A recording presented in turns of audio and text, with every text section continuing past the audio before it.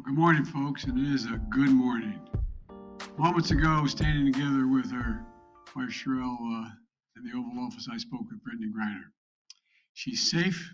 She's on a plane. She's on her way home. After months of being unjustly detained in Russia, held under intolerable circumstances, Brittney will soon be back in the arms of her loved ones, and she should have been there all along. This is a day we've worked toward for a long time. We never stopped pushing for her release. It took painstaking and intense negotiations, and I want to thank all the hardworking public servants across my administration who worked tirelessly to secure her release. I also want to thank the UAE for helping us facilitate Brittney's return, because that's where she landed. These past few months have been hell for Brittney and for Charlie and her entire family and all her teammates back home.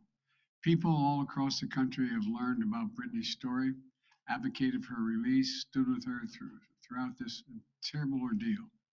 And I know that support meant a lot to her family. I'm glad to be able to say that Brittney's in good spirits. She's relieved to finally be heading home. And the fact remains that she's lost months of her life, experienced a needless trauma. She deserves space, privacy, and time with her loved ones to recover and heal from her time being wrongfully detained. Brittney is an incomparable athlete, a two-time Olympic gold medalist for Team USA. She endured mistreatment in a show trial in Russia with characteristic grit and incredible dignity. She represents the best about America. It is across the board, everything about her. She wrote to me back in July. She didn't ask for special treatment, even though we've been working on a release from the day one.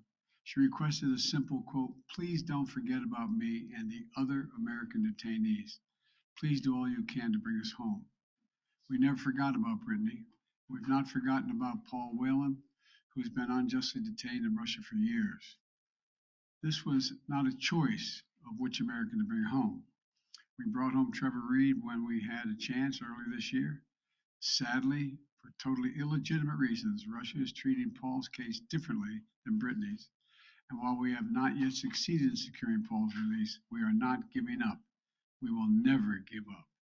We remain in close touch with Paul's family, the Whelan family, and my thoughts and prayers are with them today. They have to have such mixed emotions today.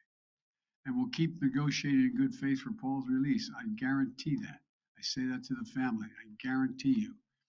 And I urge Russia to do the same to ensure that Paul's health and humane treatment maintained until we are able to bring him home.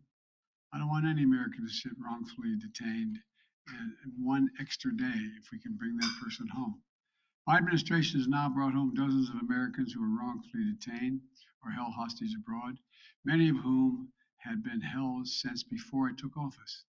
And today we also remember the other Americans that are being held hostage and wrongfully detained in Russia or anywhere else in the world.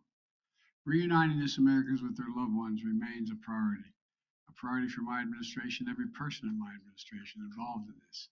We're going to continue to work to bring home every American who continues to endure such an injustice. We also want to prevent any more American families from suffering this pain and separation.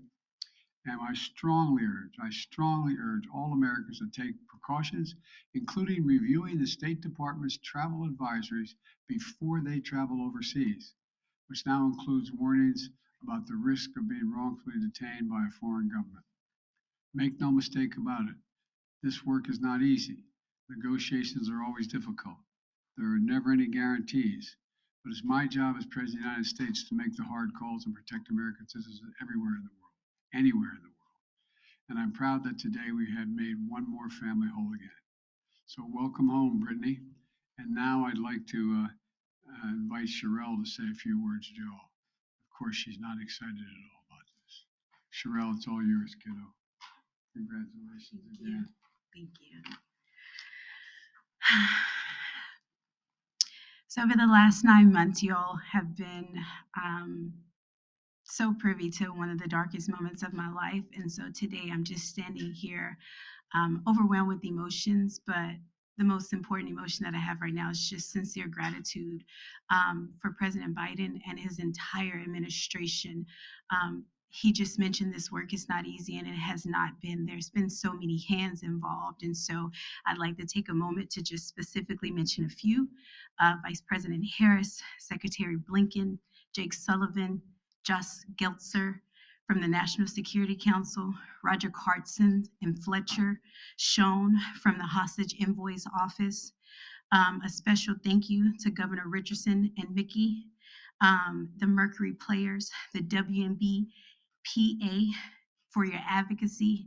And also, you guys may not know this, but my family has been tremendously supported by the Wasserman Agency. BG's agent, Lindsay Colas, has just been amazing for me and my family throughout this process. So today my family is whole, but as you all are aware, there's so many other families who are not whole. And so BG's not here to say this, but I will gladly speak on her behalf and say that BG and I will remain committed to the work of getting every American home, including Paul, whose family is in our hearts today. As we celebrate BG being home, we do understand that there are still people out here who are enduring what I endured the last 9 months of missing tremendously their loved ones. So thank you everybody for your support.